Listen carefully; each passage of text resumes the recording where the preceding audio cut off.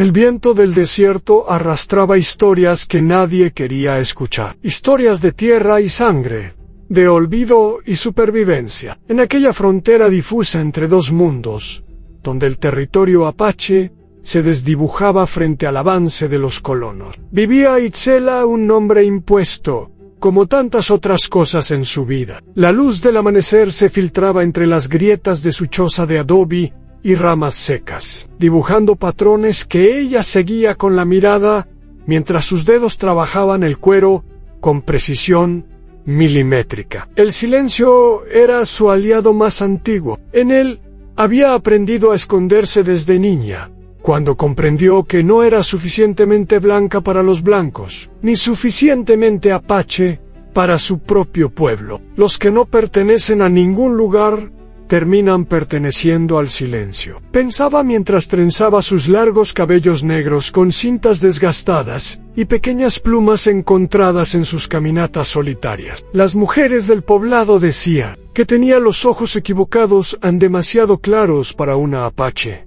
demasiado salvajes para una mestiza. Los jóvenes murmuraban que era diferente, palabra que en boca de ellos sonaba a sentencia. Itzel había aprendido temprano que la belleza era un regalo concedido a otras. A ella le había tocado la resistencia. No nací para ser elegida, susurraba a las estrellas cada noche. Nací para ser ignorada. Pero en esa ignorancia encontró su mayo, era fortaleza en tiempo y soledad. Mientras otras niñas aprendían a agradar, ella aprendía a observar. Mientras otras buscaban aprobación, ella cultivaba paciencia. Sus manos pequeñas y ásperas sabían encontrar raíces medicinales ocultas bajo la tierra reseca, reconocer las hierbas que curaban fiebres y las que detenían hemorragias. Cosía con la concentración de quien ha hecho del trabajo manual un lenguaje propio. El poblado de Santa Cruz de la Frontera existía en un perpetuo estado de tensión. Colonos, comerciantes, tribus desplazadas y cazadores de recompensas creaban un mosaico inestable de ambiciones y miedos. En ese escenario, Itzel se movía como una sombra, casi invisible. Solo Nicolás, su hermano adoptivo, parecía verla realmente. Nicolás la había encontrado 11 años atrás, cuando ella apenas contaba 5, escondida bajo un arbusto, después de que su familia apache fuera dispersada en un enfrentamiento con soldados. La trajo al poblado, donde la vieja Dorotea, una curandera mestiza, accedió a criarla más por superstición que por compasión. Tendrás que ganarte el alimento, le había dicho Dorotea el primer día. Aquí nadie regala nada, y así fue. Desde entonces, Itzel trabajaba sin descanso. Cosía, remendaba, recolectaba plantas, preparaba tinturas y ungüentos que Dorotea vendía como propios. Con el tiempo, la anciana había desarrollado un respeto reticente hacia aquella niña silenciosa que nunca se quejaba, pero tampoco se doblegaba. Nicolás era diferente. Entre él e Itzel existía un vínculo que no necesitaba.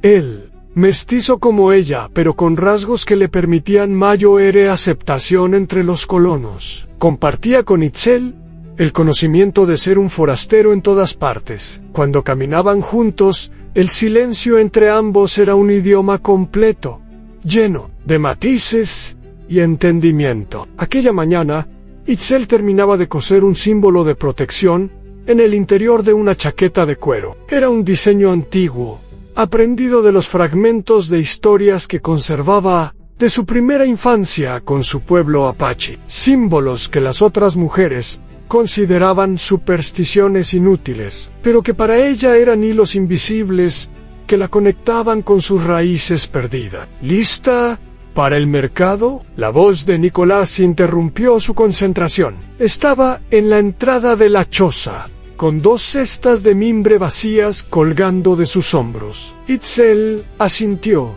guardando cuidadosamente su aguja de hueso en un pequeño estuche de cuero que siempre llevaba consigo. Se levantó, sacudió su falda larga de tela áspera y tomó el chal tejido que la protegería del sol inclemente. El mercado quedaba a 3 horas de camino. Una vez por semana, comerciantes de distintos orígenes se reunían en una explanada junto al río para intercambiar mercancías. Era un lugar donde las tensiones habituales se suspendían brevemente en nombre del comercio. Dorotea enviaba a Itzel y a Nicolás a vender hierbas medicinales y a comprar los suministros que no podían obtener en el poblado. «Ten cuidado con los forasteros», advirtió Dorotea, mientras les entregaba una pequeña bolsa con monedas. «Han llegado nuevos grupos desde el sur, gente sin tierra ni ley». Itzel guardó la bolsa entre los pliegues de su ropa y asintió sin decir palabra. El cielo tenía un color cobrizo inusual, y el viento arrastraba un olor extraño, metálico. Algo en el aire parecía susurrar advertencias que solo ella podía percibir, mientras se alejaban del poblado por el sendero polvoriento. Itzel observó cómo las nubes se acumulaban en el horizonte, densas y amenazantes. Los pájaros volaban bajo, inquietos. Las lagartijas se escondían bajo las piedras en lugar de tomar el sol como era habitual. «Algo no está bien», murmuró, más para sí misma que para Nicolás. Él la miró con esos ojos oscuros que parecían comprender lo que otros no veían. «¿Tus presentimientos? ¿Otra vez?», preguntó sin burla, pues había aprendido a respetar las intuiciones de Itzel. Ella asintió, apretando inconscientemente el cuchillo pequeño que siempre llevaba oculto entre sus ropas. «Un regalo de Nicolás en su 14º cumpleaños. Para que nunca estés indefensa», le había dicho entonces. El camino se estrechaba entre matorrales espinosos y piedras sueltas. A lo lejos, las montañas rojas parecían arder bajo el sol. Itzel sentía el peso del presagio en cada paso, como si la tierra misma intentara advertirle que aquel día su vida cambiaría para siempre. Lo que no sabía era que, antes del anochecer, el nombre que le habían impuesto se desvanecería como humo, y de las cenizas de lo que había sido, surgiría una mujer nueva, una mujer que, por primera vez, elegiría su propio destino. El mercado de la frontera era un laberinto de colores y sonidos, donde las lenguas se mezclaban como hilos en un telar. Comerciantes de pieles y especias, vendedores de baratijas, curanderos y charlatanes compartían el espacio bajo un sol que parecía observarlos con ojo severo. Itzel y Nicolás recorrían los puestos con la cautela de quienes saben que no pertenecen del todo a ningún sitio. Las hierbas medicinales que habían traído se vendieron rápidamente. La reputación de los remedios de Dorotea, aunque en realidad fueran preparados por Itzel, se había extendido más allá del poblado. Con las monedas obtenidas, compraron sal, harina de maíz y algunas semillas de plantas que Itzel quería cultivar. Mientras Nicolás negociaba el precio de una herramienta con un comerciante, Itzel se detuvo ante un puesto diferente a los demás. Una anciana de tez oscura y manos nudosas como raíces viejas vendía telas tejidas con símbolos que despertaron en ella un recuerdo dormido, patrones que hablaban de lluvia, protección y caminos invisibles. «Vienes buscando algo que no sabes que has perdido», dijo la anciana en apache, con una voz que parecía surgir de la tierra misma. Itzel, sorprendida de escuchar el idioma de sus primeros años, respondió con palabras que creía olvidadas: «¿Cómo puedo buscar lo que no recuerdo?». La anciana sonrió,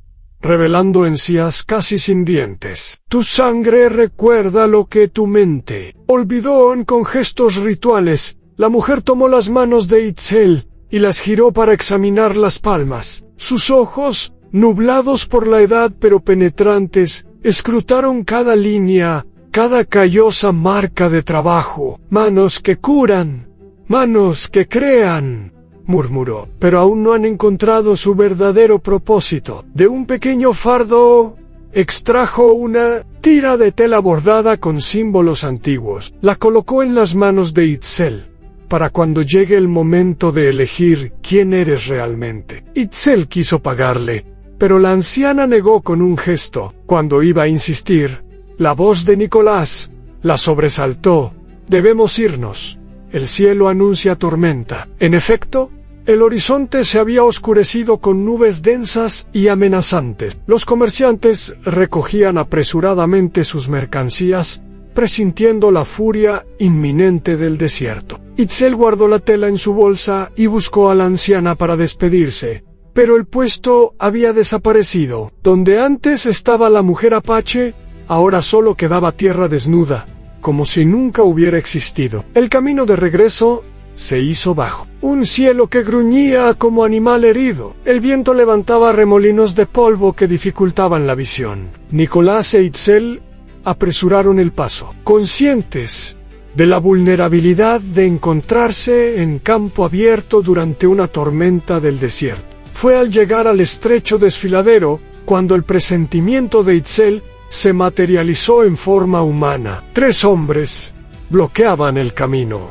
Sus siluetas se recortaban contra el cielo plomizo como presagios de desgracia. Vestían ropas gastadas por el camino, y sus rostros, curtidos por el sol y endurecidos por la vida nómada, revelaban intenciones que no necesitaban palabras. «Vaya, vaya», dijo el más alto, con una sonrisa que no llegaba a sus ojos. «¿Qué tenemos aquí?» Nicholas se colocó instintivamente delante de Itzel. «Solo somos viajeros regresando a nuestro poblado. No llevamos nada de valor». El segundo hombre, de complexión robusta y cicatriz en la mejilla, escupió al suelo. «Todos dicen lo mismo. Vacíen sus bolsas». Itzel sentía el corazón latiendo contra sus costillas como un pájaro enjaulado. Su mano buscó el cuchillo oculto entre sus ropas, pero sabía que de poco serviría contra 3 hombres armados. «Tomen el dinero y déjenos pasar», ofreció Nicolás, extendiendo la pequeña bolsa de monedas. El tercer hombre, el más joven, pero de mirada más fría, se acercó y arrebató la bolsa. «¿Eso es todo?», preguntó, vaciando las escasas monedas en su palma con desprecio. «Es todo lo que tenemos», respondió Nicolás, manteniendo la calma. El primer hombre fijó su mirada en Itzel, quien sostuvo el escrutinio sin parpadear. Algo en aquella muchacha de ojos claros y postura orgullosa pareció irritarlo profundamente. «La mestiza tiene agallas», dijo, acercándose con paso lento. «Me gustan las que no bajan la mirada». Nicolás tensó el cuerpo, preparándose para lo inevitable. «No la toques». Lo que sucedió después quedó grabado en la memoria de Itzel como una secuencia de imágenes fragmentadas, intensas y brutales como relámpagos. El primer golpe derribó a Nicolás. El segundo lo dejó inmóvil sobre la tierra rojiza. No estaba muerto, pero la sangre manaba de su frente donde había impactado contra una roca. Itzel gritó, no por ayuda. Sabía que nadie vendría, sino por rabia. Una rabia primordial que surgía de cada célula de su cuerpo, de cada recuerdo, de humillación, de cada instante en que había tenido que agachar la cabeza para sobrevivir. Los hombres rieron, subestimando la furia que crecía en aquel cuerpo pequeño y fibroso. Cuando el de la cicatriz intentó sujetarla por los brazos, Itzel reaccionó con la velocidad de una serpiente del desierto. Su cuchillo encontró carne, no para matar sino para herir, para marcar un límite que no debía ser cruzado. El hombre retrocedió, sorprendido más que herido, con un corte superficial en el antebrazo. Sus ojos pasaron de la burla a la ira. «Enonent, vas a lamentar eso, mestiza», gruñó, sacando su propio cuchillo, mucho más grande y amenazante. Fue entonces cuando el cielo, como respondiendo a un llamado ancestral, se abrió en un rugido ensordecedor. Un relámpago cayó a escasos metros, impactando en un árbol seco que estalló en llamas. La explosión derribó a todos, levantando una nube de polvo y astillas ardientes.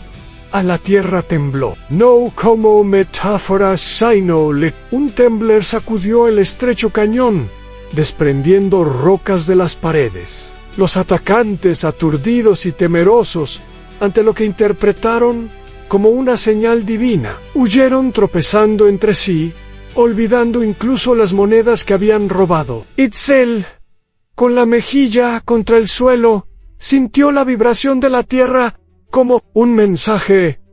«Levántate, este es tu momento». A través de la cortina de polvo y ceniza, vio a Nicolás inmóvil pero respirando. Gateó hasta él y comprobó que la herida, aunque aparatosa, no era mortal, con una fuerza que no sabía que poseía. Logró incorporar a su hermano adoptivo y comenzó a arrastrarlo hacia un refugio natural formado por dos grandes rocas. La tormenta arreciaba, pero el espacio entre las piedras ofrecía protección. Allí, mientras limpiaba la herida de Nicolás con agua de su cantimplora y aplicaba hierbas medicinales que siempre llevaba consigo, Itzel experimentó un cambio profundo. No fue súbito como un relámpago, sino gradual como la erosión que modela las montañas. Cada gesto de cuidado, cada decisión tomada en esos momentos críticos, tallaba en ella una nueva identidad. «Ya no soy la que otros decidieron que fuera», pensó mientras vendaba la frente de su hermano con la tira de tela bordada que le había dado la misteriosa anciana. «A partir de hoy, me defino por mis propias acciones». Nicolás abrió los ojos lentamente, desorientado. «¿Qué pasó?», murmuró, intentando incorporarse. «Descansa», respondió ella con una voz que sonaba diferente, más profunda, más segura. «La tormenta aún no ha terminado, pero estamos a salvo». Él la miró con extrañeza, como si percibiera el cambio en ella. «Tus ojos», dijo, frunciendo el ceño, «parecen diferentes». Itzel sonrió levemente. «No son mis ojos los que han cambiado, hermano, soy yo». Afuera, la tormenta comenzaba a amainar. El cielo, antes negro como obsidiana, se abría en grietas de luz cobriza. Entre las nubes que se dispersaban, un cóndor solitario planeaba en círculos, como buscando algo o alguien. En el refugio de piedra, mientras el viento silbaba historias antiguas, Itzel comprendió que aquel día no marcaba un final, sino el comienzo de un camino que la llevaría a descubrir quién era realmente, más allá de los nombres impuestos y las identidades prestadas. Lo que no podía imaginar era que, a kilómetros de distancia, en las montañas sagradas de su pueblo, un hombre llamado Nakawe, guardián de las tradiciones antiguas, se había despertado sobresaltado de un sueño profético. En su visión, una mujer emergía de la tormenta con un nuevo nombre grabado en su alma: Citlali, la que nació de las estrellas. El regreso a Santa Cruz de la Frontera fue un camino de silencios. Itzel sostenía a Nicolás, quien avanzaba con pasos inseguros. El cielo, lavado por la tormenta, lucía un azul imposible, casi doloroso en su perfección. Las montañas lejanas parecían más cercanas, como si la lluvia hubiera borrado distancias además de polvo. La noticia de lo ocurrido se esparció por el poblado con la velocidad del viento. Miradas curiosas, murmullos apenas disimulados y gestos de asombro recibieron a los hermanos cuando cruzaron la plaza central. La imagen de la mestiza silenciosa cargando a Nicolás herido contradecía todo lo que el pueblo creía saber de ella. Dorotea salió a su encuentro, el rostro surcado por nuevas arrugas de preocupación. «Virgen Santa», exclamó, ayudando a llevar a Nicolás hasta su catre. «¡Qué desgracia ha caído sobre ustedes!». Mientras la anciana examinaba la herida de Nicolás, Itzel relató lo sucedido con palabras medidas, sin dramatismo. Omitió la aparición de la misteriosa mujer apache en el mercado y la extraña conexión que había sentido con la tierra durante la tormenta. Algunas verdades, intuía, no estaban destinadas a ser compartidas, podrían haberlos matado, sentenció. Dorotea, aplicando un ungüento de hierbas sobre la frente de Nicolás. «Son tiempos peligrosos para andar por los caminos». Esa noche, mientras Nicolás descansaba bajo los efectos de una infusión sedante, Itzel permaneció sentada junto al fuego, observando las llamas danzar como si contuvieran mensajes cifrados. Sus manos, habitualmente ocupadas en alguna labor, descansaban quietas sobre su regazo. Las horas pasaron y el poblado se sumió en el silencio nocturno, apenas interrumpido por el canto lejano de los coyotes. Fue entonces cuando Itzel tomó una decisión que había estado gestándose en su interior desde siempre. Aunque solo ahora se manifestaba con claridad meridiana, debía buscar sus raíces, encontrar respuestas a las preguntas que la habían acompañado toda su vida. Al amanecer, preparó un pequeño fardo con lo esencial en su cuchillo, hierbas medicinales, un cuenco de madera tallada, un trozo de pedernal para hacer fuego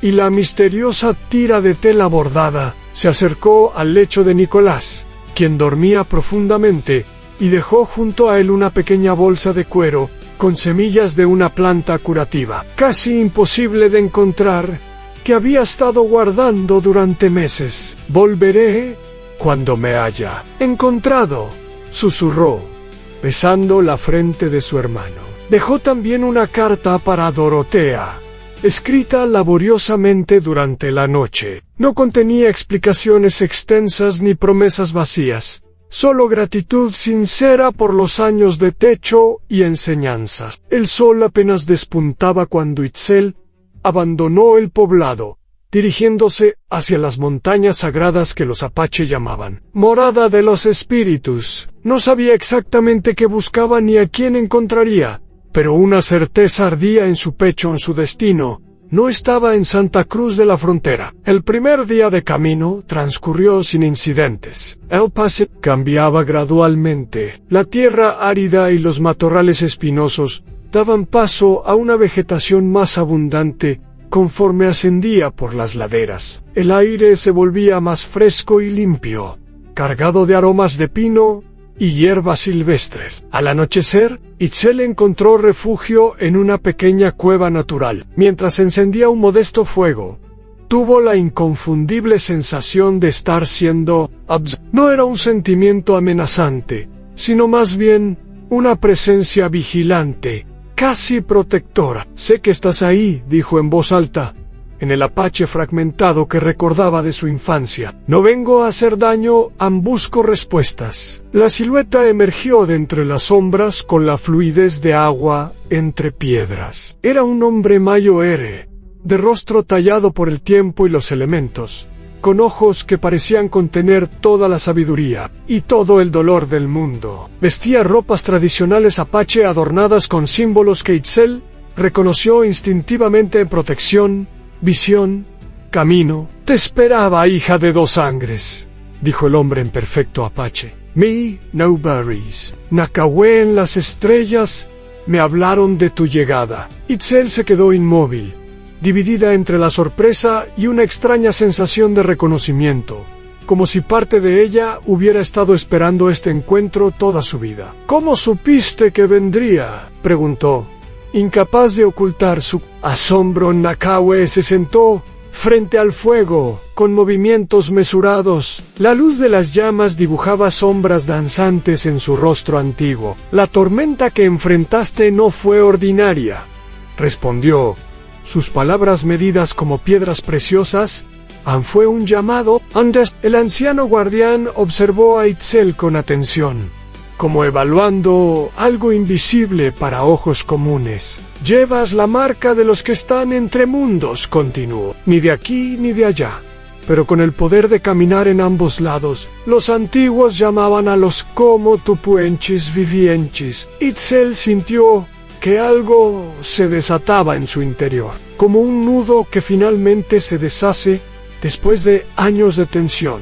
«Toda mi vida me han hecho sentir que no pertenezco a ningún lugar», confesó, las palabras fluyendo desde un lugar profundo. «Que ser mestiza es ser menos que los demás». Nacahué asintió, sus ojos reflejando comprensión. «Los que temen lo diferente construyen muros», dijo. «Los sabios construyen puentes». Durante horas conversaron junto al fuego. Nacahué habló de las antiguas tradiciones apache, de la conexión sagrada con la tierra, de las enseñanzas que los jóvenes estaban olvidando en tiempos de cambio y conflicto. Itzel escuchaba con avidez, reconociendo en aquellas palabras fragmentos de su propia alma. Mi pueblo se refugia más allá de esas montañas, explicó Nakawe, señalando hacia el horizonte. Somos pocos, pero guardamos el conocimiento antiguo. Algunos dirían que somos los últimos,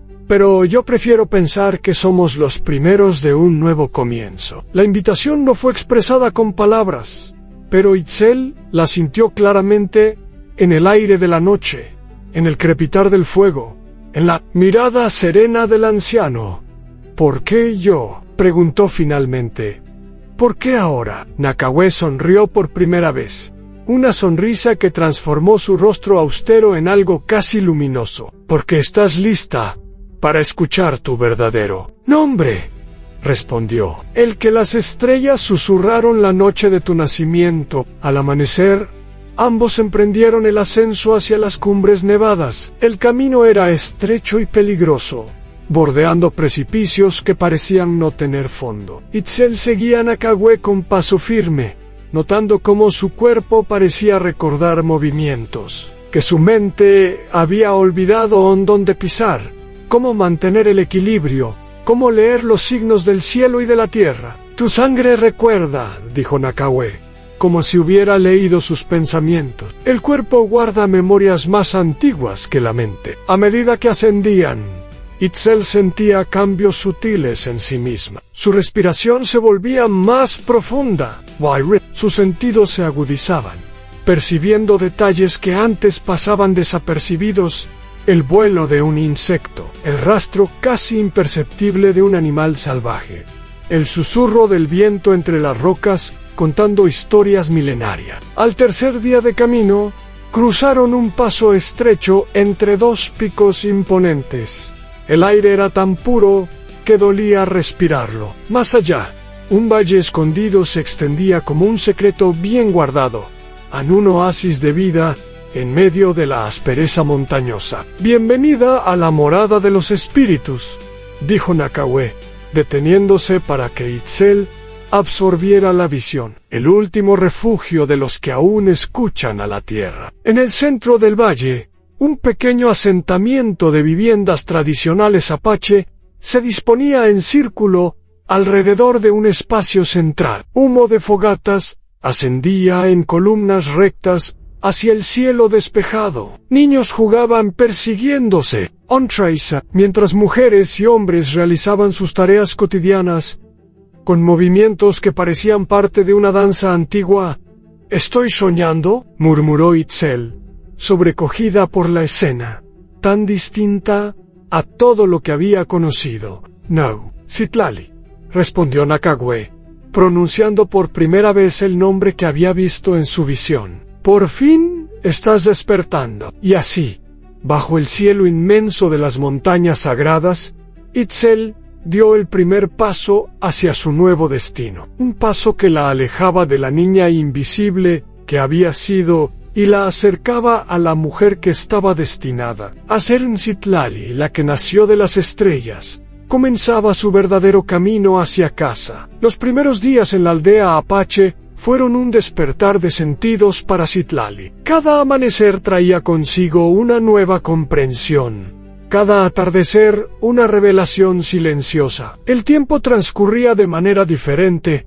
En aquel valle escondido entre montañas, no se medía en horas o días, sino en ciclos naturales, en movimiento del sol y la luna, en el florecimiento de ciertas plantas y la migración de los animales. La gente de la aldea la recibió con una mezcla de curiosidad y respeto distante. La llegada de una mestiza, anunciada por Nakawe como alguien importante, generaba tanto recelo como esperanza. Citlali lo entendía. Toda su vida había sido observada como algo extraño, fuera de lugar. La diferencia era que aquí, en lugar de desprecio, percibía expectativa. Se le asignó una pequeña vivienda al borde del círculo central. Un espacio sencillo pero digno, paredes de adobe, techo de ramas entretejidas, un fogón central y esteras tejidas con fibras vegetales. El primer amanecer que contempló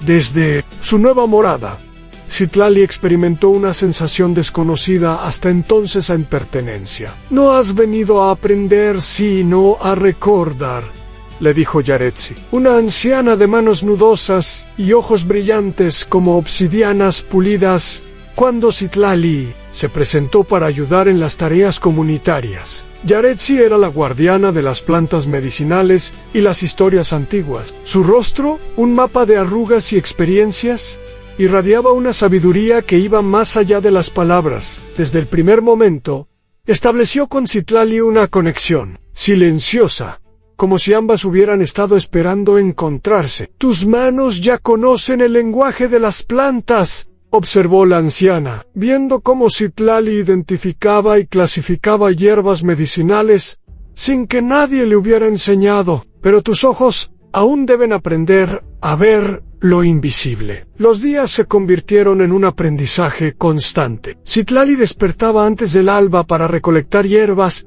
cuyo poder curativo era mayor en las primeras luces. Aprendió a reconocer plantas que nunca había visto en el poblado, raíces que detenían hemorragias, hojas que reducían fiebres, cortezas que aliviaban dolores profundos. Por las tardes, Nacahuel enseñaba el lenguaje olvidado de su pueblo, no solo las palabras, sino los gestos, los silencios significativos, las expresiones que no podían traducirse a otros idiomas, porque pertenecían únicamente a la forma apache de entender el mundo. «El idioma es más que sonidos», explicaba el anciano. «Es una manera de ver la realidad, de ordenar el universo». A medida que Citlali recuperaba el idioma de sus ancestros, sentía que piezas dispersas de su ser se iban uniendo, formando un mosaico cada vez más completo. En las noches,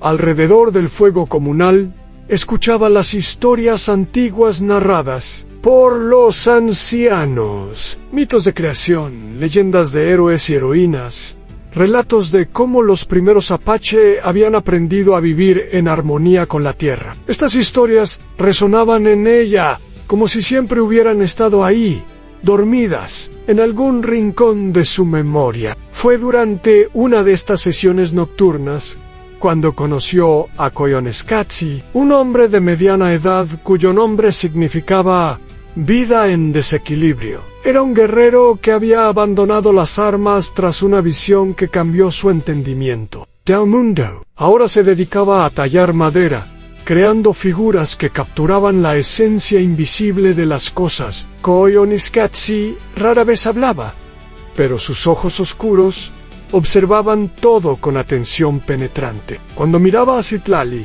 ella sentía que veía más allá de su apariencia, como si percibiera las corrientes subterráneas de su espíritu. Una mañana, mientras Citlali regresaba de recolectar hierbas en la montaña, lo encontró sentado sobre una roca, tallando un trozo de madera con movimientos precisos y meditativos. «Tu nombre ya no te queda», dijo él sin levantar la mirada de su trabajo. «Has cambiado». Citlali se detuvo, sorprendida tanto por las palabras como por el hecho de que Koyaanisqatsi le dirigiera la palabra directamente. «Nacahuel me dio un nombre nuevo», respondió ella, dejando su cesto de hierbas en el suelo ante Citlali.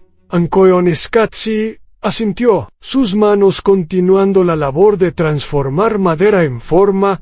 «Un buen nombre para empezar», dijo, «pero no será el último. Los que caminan entre mundos suelen tener muchos nombres a lo largo de su vida». Aquella conversación breve pero significativa marcó el inicio de una extraña amistad entre ambos. No se basaba en largas charlas ni en actividades compartidas, sino en un entendimiento mutuo que no necesitaba explicaciones. Koyaanisqatsi reconocía en Citlali a alguien que, como él, había experimentado una ruptura y una reconstrucción. Ella veía en él un ejemplo de lo que significaba transformar el dolor en sabiduría. El cambio más profundo en Citlali, sin embargo, ocurrió durante la ceremonia de la luna llena.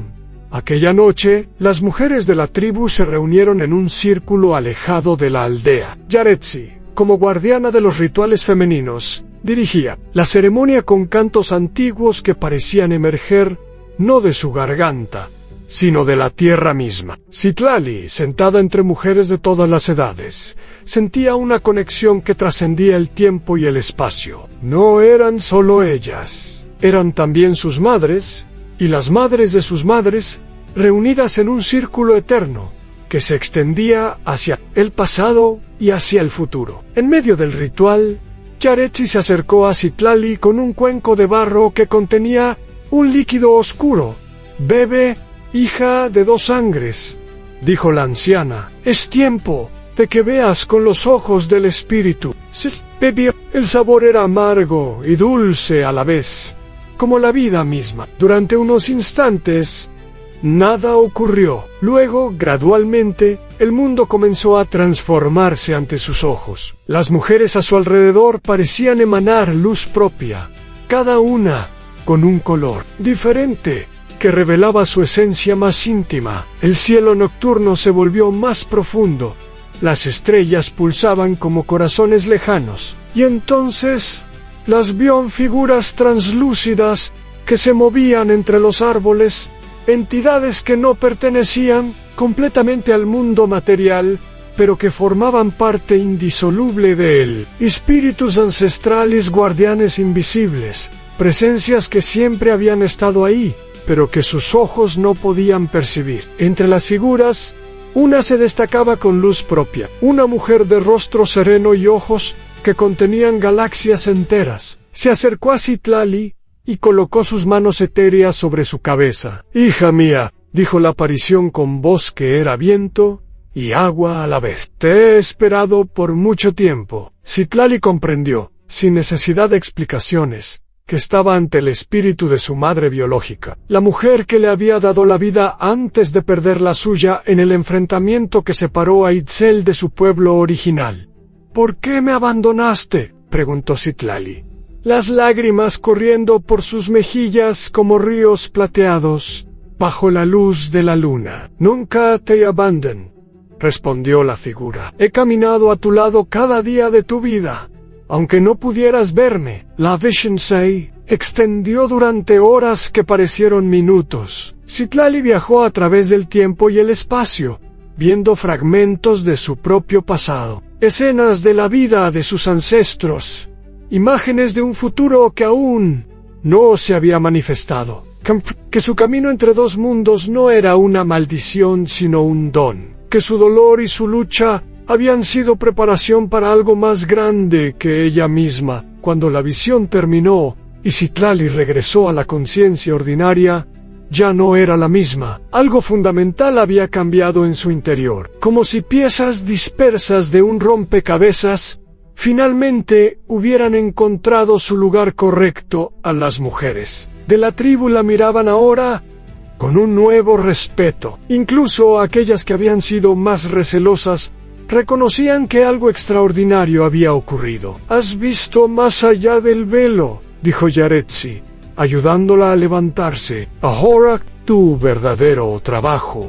En los días siguientes, Citlali descubrió que la visión había dejado más que recuerdos. Sus manos, siempre hábiles, ahora parecían guiadas por una sabiduría que iba más allá de su experiencia. Cuando trataba a los enfermos con las hierbas medicinales, podía ver el flujo de energía en sus cuerpos, identificar bloqueos y desequilibrios invisibles para los demás. «Eres una sanadora», confirmó Nakawe, «no solo de cuerpos, sino también de espíritu». Pero con este don recién descubierto llegó también una responsabilidad abrumadora. Las visiones continuaban, ya no inducidas por rituales, sino espontáneas. Fragmentos del futuro, advertencias de peligros inminentes, mensajes de los ancestros. Una noche, mientras dormía en su pequeña vivienda, Citlali tuvo la visión más clara y perturbadora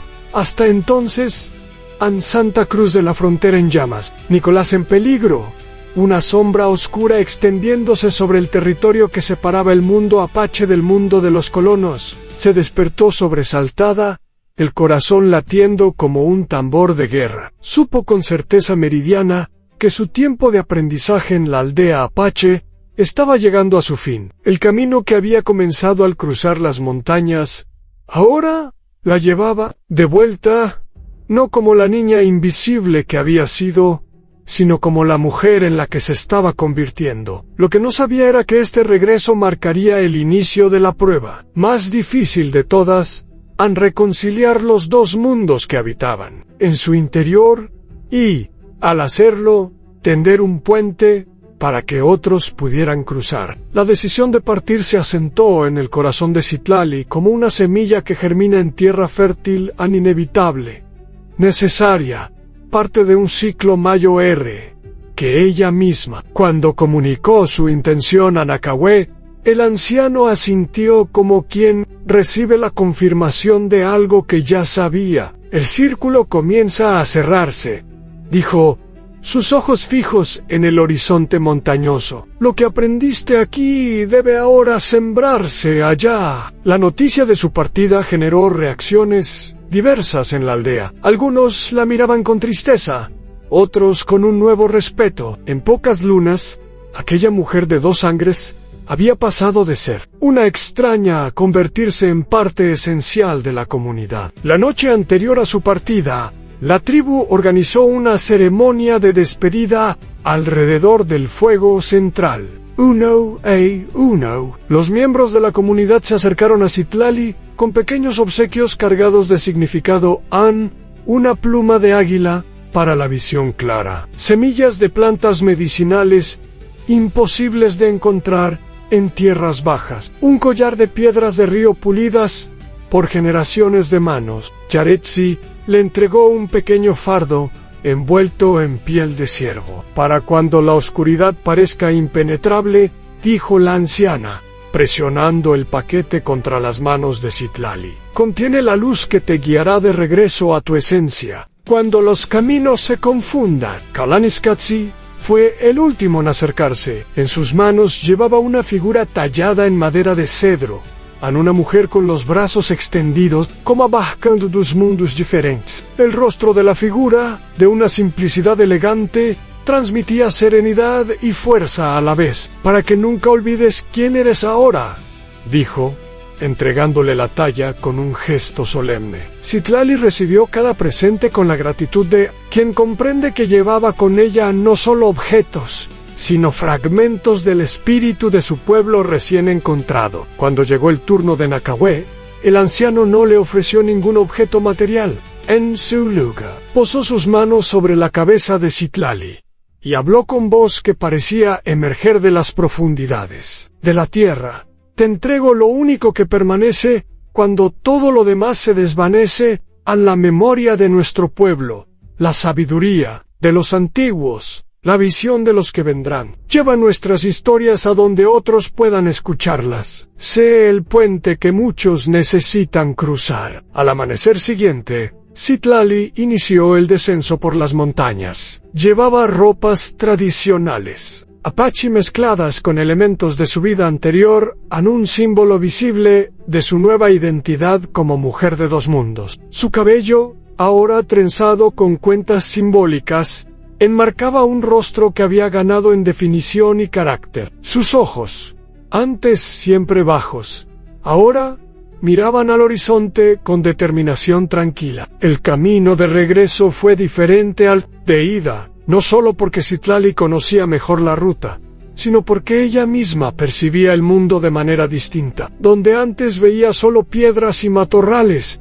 ahora distinguía plantas medicinales, señales del clima, rastros de animales. El paisaje aparentemente hostil le hablaba ahora en un lenguaje íntimo, revelando secretos invisibles para ojos no iniciados. Al tercer día de viaje, mientras atravesaba un estrecho cañón, Citlali sintió una presencia que la seguía. Namba era amenazante, sino más bien vigilante. Esa noche, mientras acampaba bajo un saliente rocoso, descubrió que su intuición era correcta Un lobo gris, de pelaje plateado y ojos que brillaban con inteligencia casi humana, se materializó en el límite del círculo iluminado por su pequeña fogata. Citlali no se sobresaltó. Durante su estancia con los Apache, había aprendido que los animales a veces elegían acompañar a ciertas personas en momentos cruciales de su vida. Si has decidido caminar conmigo, respeto tu elección, dijo en voz alta, ofreciendo al lobo parte de su comida. El animal la observó sin moverse, evaluándola con mirada penetrante. Luego, con la dignidad de un antiguo aliado, aceptó la ofrenda y se tendió a una distancia respetuosa, como un guardián silencioso. A partir de ese momento, el lobo gris la acompañó en su travesía, a veces visible, a veces presente, solo como una sensación en el borde de su conciencia. Era una compañía que no exigía palabras, un recordatorio tangible de su conexión con el mundo natural. Conforme se acercaba a Santa Cruz de la Frontera, Citlali comenzó a percibir una tensión creciente en el ambiente. El viento transportaba olor a humo y miedo. Los pájaros volaban en patrones erráticos. Incluso el lobo parecía más alerta, sus orejas constantemente en movimiento, captando sonidos imperceptibles para oídos humanos. La tarde del séptimo día, desde lo alto de una colina, Citlali contempló por fin el poblado. La visión confirmó sus peores temores. Columnas de humo se elevaban desde varios puntos. Aún a esa distancia, podía distinguir figuras que se movían apresuradamente, como hormigas en un hormiguero alterado. «Han atacado el pueblo», murmuró, sintiendo cómo su corazón se aceleraba en Nicolás. Impulsada por un sentido de urgencia, Citlali apresuró el paso, descendiendo por la ladera, con la seguridad de quien conoce cada piedra del camino. El lobo la seguía como una sombra plateada, adaptándose perfectamente a su ritmo. A medida que se acercaba, los detalles se volvían más claros y perturbadores. No había sido un ataque reciente, sino algo más insidioso, una enfermedad. Pudo ver tiendas de aislamiento levantadas en las afueras, figuras que se movían con la lentitud de la extenuación, rostros marcados por el miedo y la incertidumbre. La entrada al poblado estaba vigilada por hombres armados que miraban con desconfianza a cualquier forastero. Citlali se detuvo a cierta distancia, evaluando la situación. El lobo se había desvanecido entre la vegetación, como si comprendiera que su presencia solo complicaría las cosas. Uno de los guardias la divisó y levantó su rifle en señal de advertencia. «¡Alto ahí!», gritó. «El pueblo está en cuarentena. Nadie entra ni sale». Citlali avanzó lentamente, con las manos visibles y el rostro sereno. «Mi nombre es Citlali», dijo con voz clara y firme. «Busco a mi hermano, Nicolás, y a Dorotea, la curandera». El guardia entrecerró los ojos, examinándola con recelo. Algo en su expresión cambió gradualmente, como si intentara reconciliar lo que veía con un recuerdo impreciso. «¿Itzel?», preguntó finalmente, bajando ligeramente el arma. «¿Eres tú?». Era Rodrigo, uno de los jóvenes del pueblo que siempre la había tratado con indiferencia, bordeando el desprecio. Ahora la miraba como si contemplara un espejismo. «Solía llevar ese nombre», respondió ella, sosteniendo su mirada sin vacilación.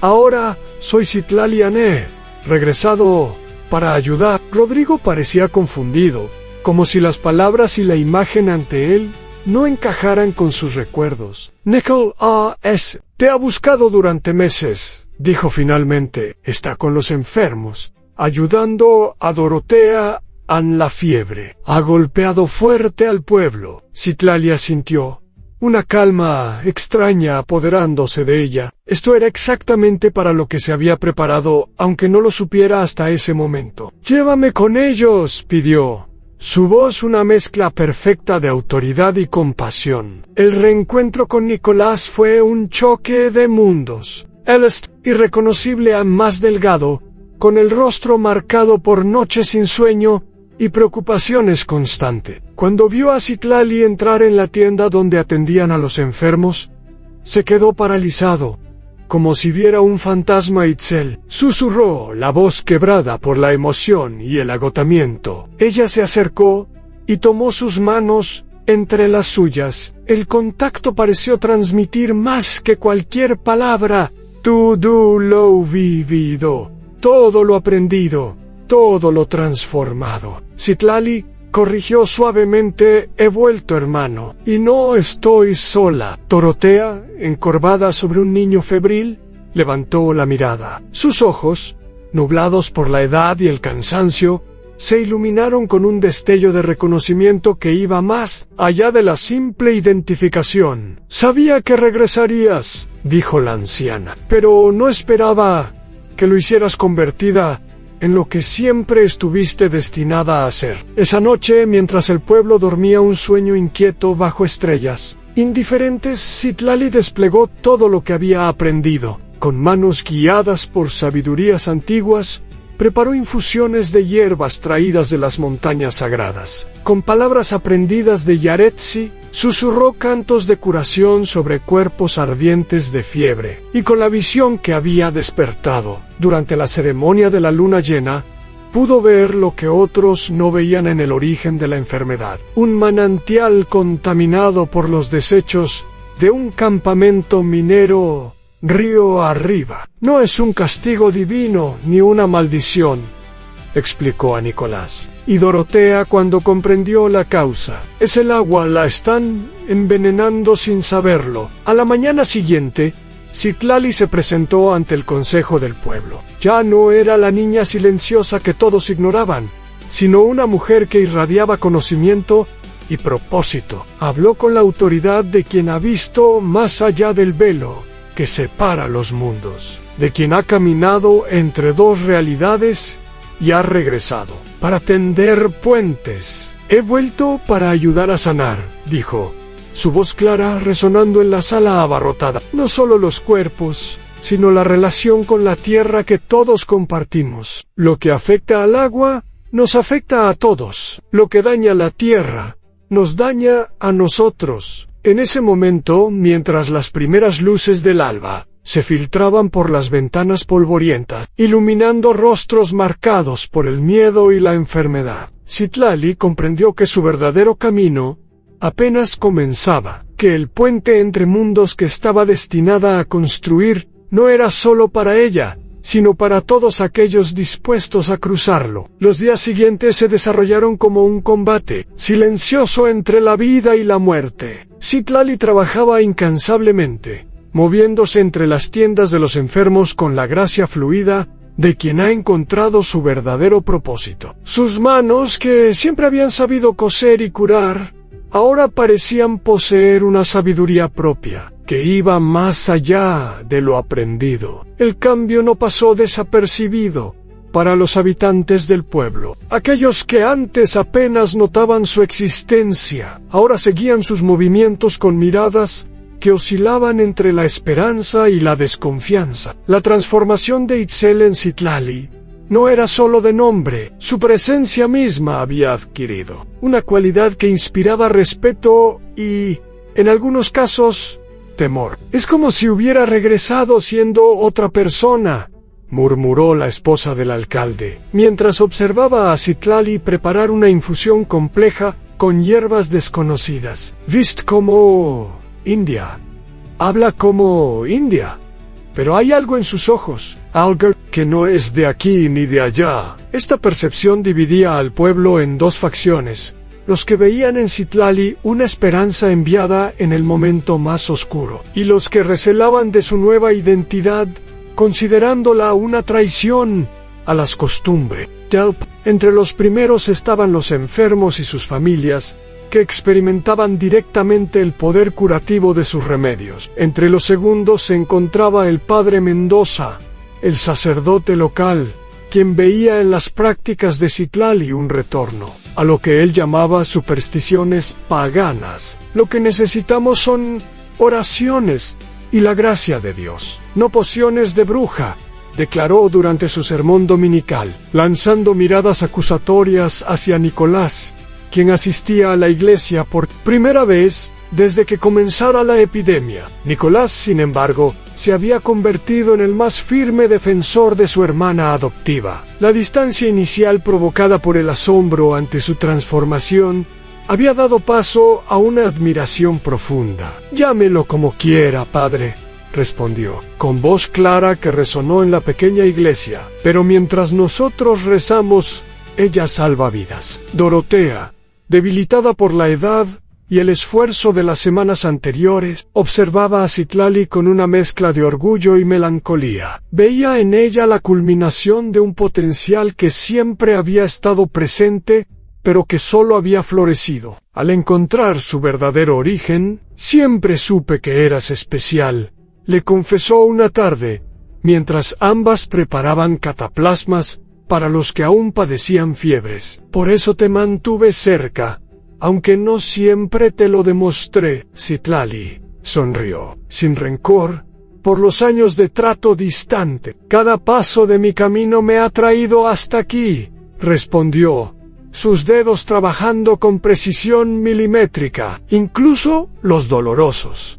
La crisis comenzó a ceder. Los remedios de Citlali, combinados con su descubrimiento sobre la fuente contaminada, empezaron a mostrar resultados. Las fiebres bajaban, los rostros recuperaban color, la esperanza renacía en un pueblo que había estado al borde del abismo. Pero el verdadero desafío no era curar los cuerpos, sino sanar la división que se había formado en la comunidad. Citlali comprendía, con una claridad que solo pueden tener aquellos que han vivido en los márgenes, que su papel iba más allá de ser una simple curandera. Una tarde, mientras recolectaba hierbas en las afueras del pueblo, sintió una presencia familiar en el lobo gris.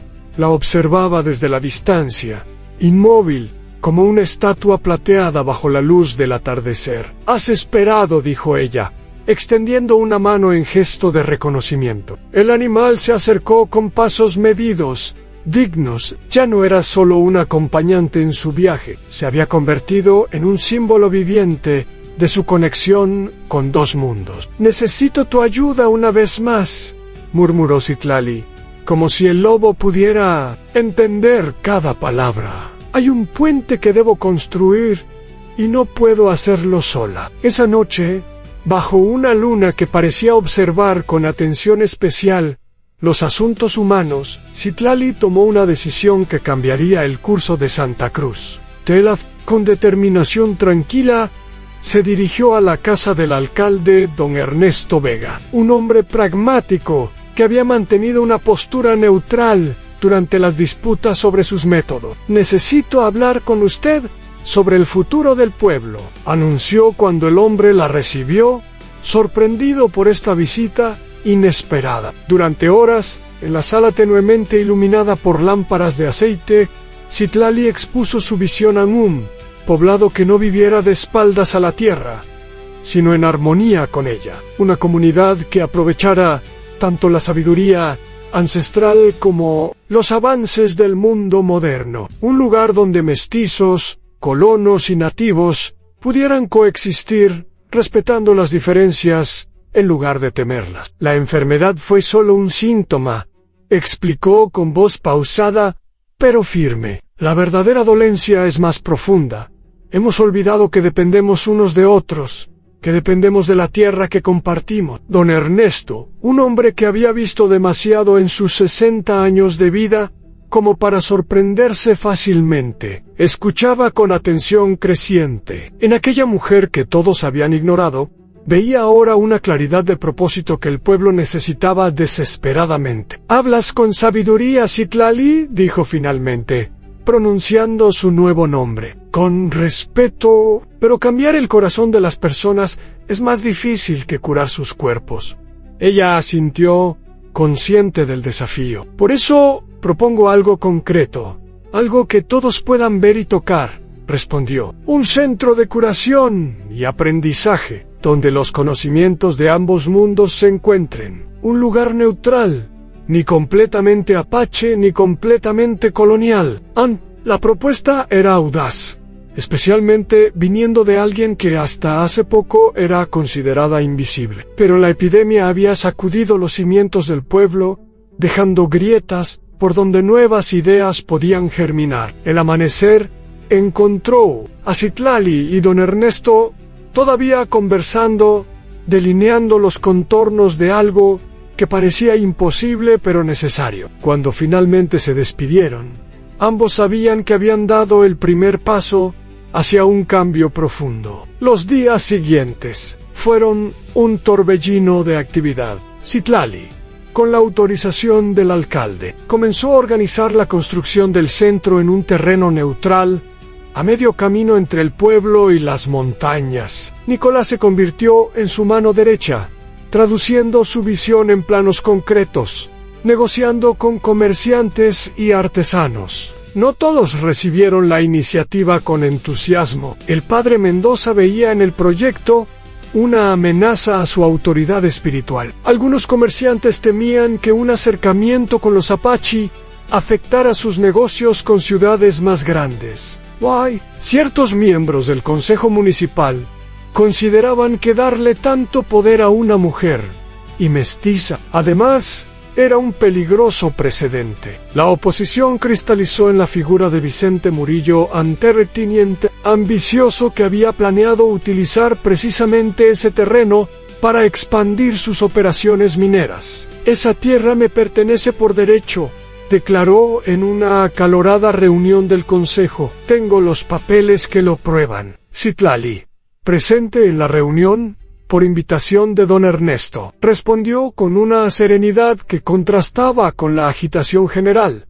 «Los papeles son recientes, pero la tierra es antigua. No pertenece a nadie. Nosotros pertenecemos a ella». Sus palabras, simples pero cargadas de una verdad que resonaba más allá de las leyes escritas, dejaron a la sala en un silencio reflexivo. Incluso Murillo, acostumbrado a imponerse por la fuerza de su riqueza e influencia, pareció momentáneamente sin argumentos. Pero los intereses en juego eran demasiado grandes. Esa misma noche, mientras Citlali regresaba a la pequeña cabaña que compartía con Dorotea y Nicolás, dos hombres la interceptaron en un callejón oscuro. Eran trabajadores de Murillo, enviados con instrucciones claras a asustarla lo suficiente para que abandonara sus planes. Lo que no esperaban era la transformación que Citlali había experimentado. Ya no era la joven tímida y temerosa que cualquiera podía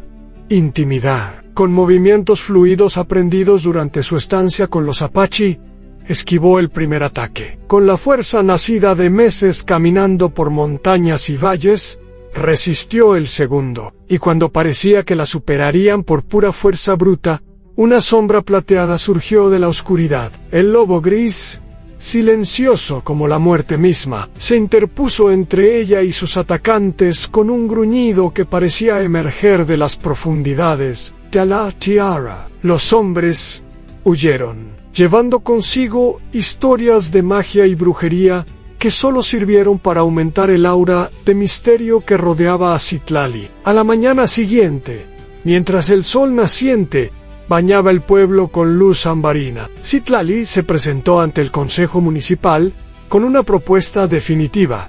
El centro de curación se construiría, no como una iniciativa personal, sino como un proyecto comunitario. Cada familia aportaría lo que pudieran: trabajo, materiales, conocimientos. «Lo que construyamos no será mío ni de ustedes», declaró, su voz clara resonando en la sala. «Será de todos, como el aire que respiramos y el agua que bebemos». Y así, bajo un cielo que parecía observar con aprobación, comenzó la construcción del puente entre dos mundos. Piedra a piedra, palabra a palabra, Citlali tejía una nueva historia para Santa Cruz de la Frontera. Una historia donde ser diferente no significaba ser menos, donde la diversidad no era amenaza sino fortaleza. Mientras las paredes del centro se elevaban bajo el sol implacable del desierto, algo más crecía en el corazón del pueblo, a la comprensión de que los límites que separan a las personas son, muchas veces,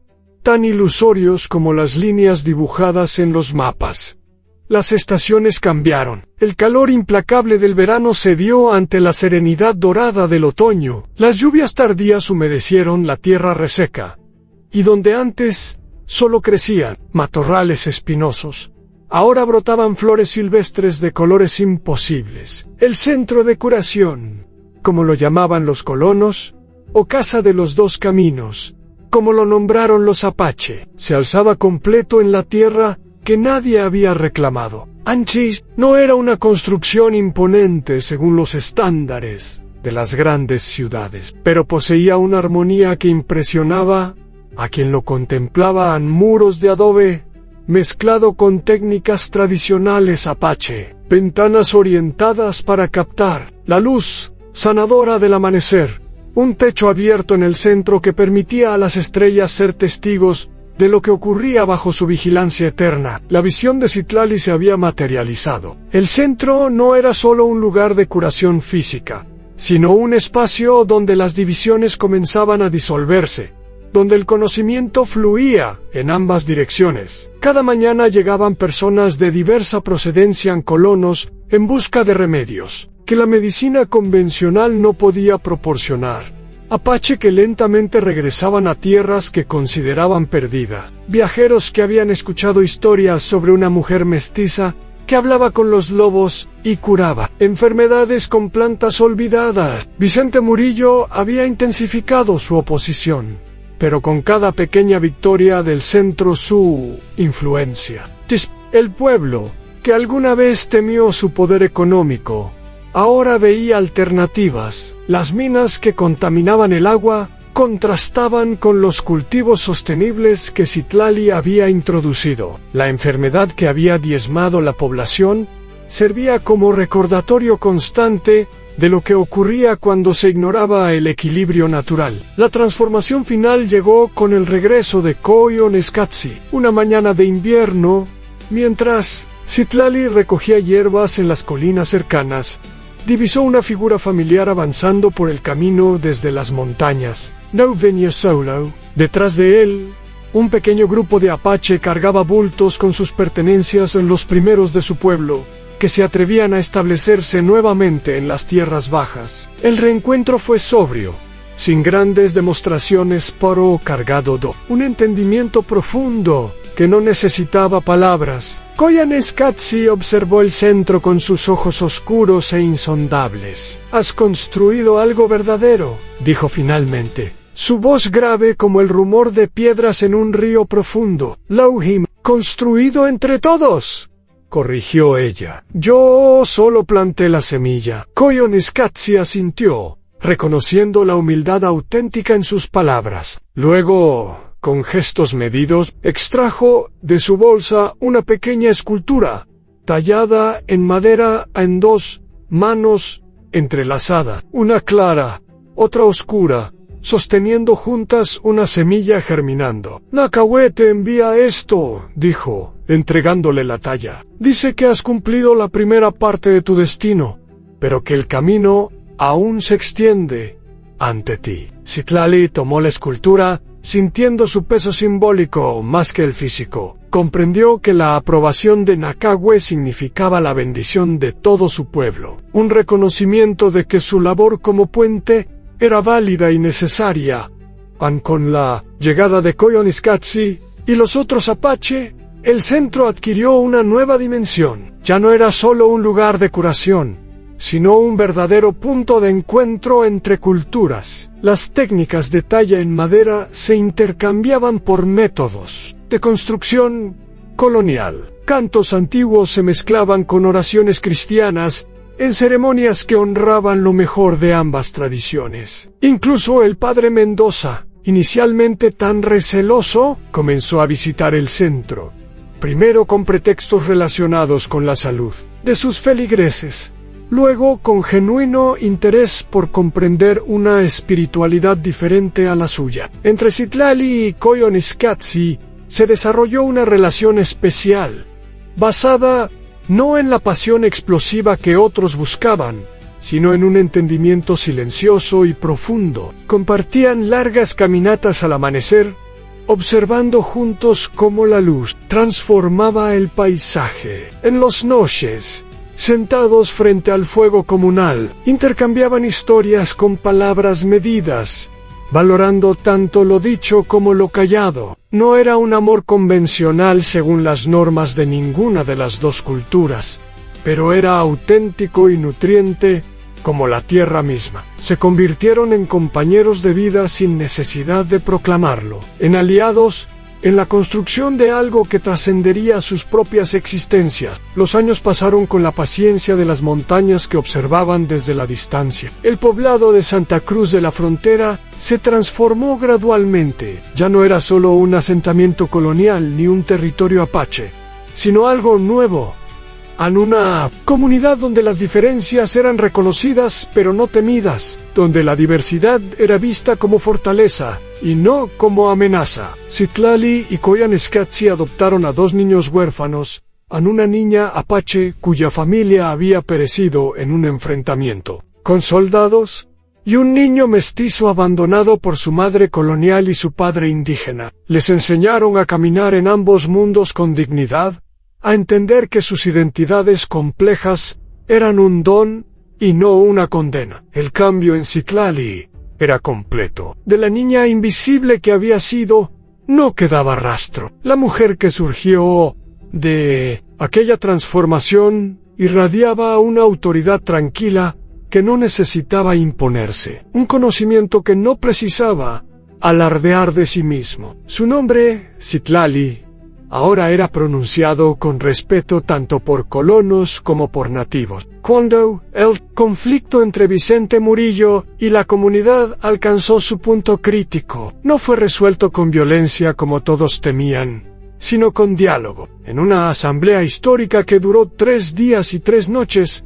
Citlali logró que todas las partes reconocieran que la tierra no podía ser propiedad exclusiva de nadie, que su uso debía beneficiar a todos, sin destruir el delicado equilibrio. Natural fue su momento de mayo de triunfo, no por haber derrotado a un enemigo, sino por haber transformado la confrontación en entendimiento. 25 años después, una joven de unos 20 años permanecía sentada en la cima de una colina que dominaba el valle, donde Santa Cruz de la Frontera se había transformado en 2 caminos, un asentamiento próspero donde las tradiciones de diversos orígenes convivían en armonía imperfecta pero real. Malinali, hija adoptiva de Citlali y Coyanescatzi, contemplaba el atardecer con ojos que reflejaban la misma claridad de propósito que su madre. A su lado, un joven apache tallaba distraídamente un trozo de madera, dando forma a un lobo que parecía a punto de cobrar vida. ¿Crees que algún día lo logremos completamente?, preguntó él, sin levantar la vista de su trabajo. ¿La verdadera armonía? Malinali sonrió, una sonrisa que había heredado de Citlali, no por sangre, sino por elección. Mi madre siempre dice que no se trata de alcanzar un destino perfecto, sino de caminar en la dirección correcta, respondió. Cada puente que construimos, por pequeño que sea, permite que alguien cruce. Abajo, en el centro del pueblo, el edificio que alguna vez fuera el revolucionario centro de curación, se había expandido hasta convertirse en una verdadera escuela de sabidurías compartidas. Colonos y nativos, mestizos y extranjeros, todos encontraban allí un espacio donde sus conocimientos eran valorados y sus diferencias celebradas. En la sala principal, presidiendo el consejo de ancianos, Citlali, ahora con el cabello plateado y el rostro marcado por líneas que hablaban de sonrisas y preocupaciones apartes, iguales,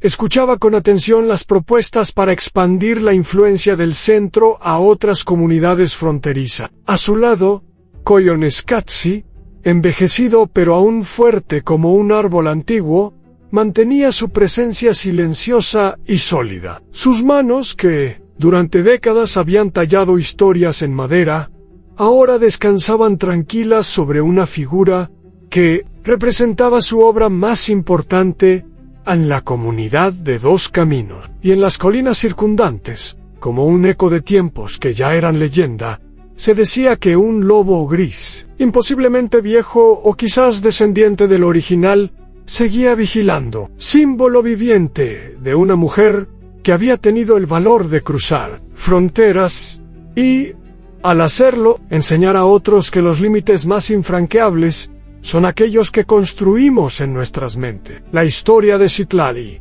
la que una vez fue llamada Itzel, la niña invisible convertida en puente entre mundos, se contaba ahora en ambos lados de la frontera, no como un cuento de hadas, sino como un recordatorio de que la transformación verdadera siempre comienza en el interior y se expande hacia afuera, cambiando primero a la persona y a través de ella al mundo que la rodea. Malin Ali se puso de pie, extendiendo una mano hacia su compañero. «Es hora de regresar», dijo, sus ojos fijos en el horizonte, donde el sol se despedía en un estallido de colores imposibles. Mamá siempre dice que cada atardecer es un recordatorio, a lo que parece un final es solo un cambio de luz, una invitación a ver el mundo con ojos nuevos, cuando regrese el amanecer. Mientras descendían por el sendero hacia el pueblo, las primeras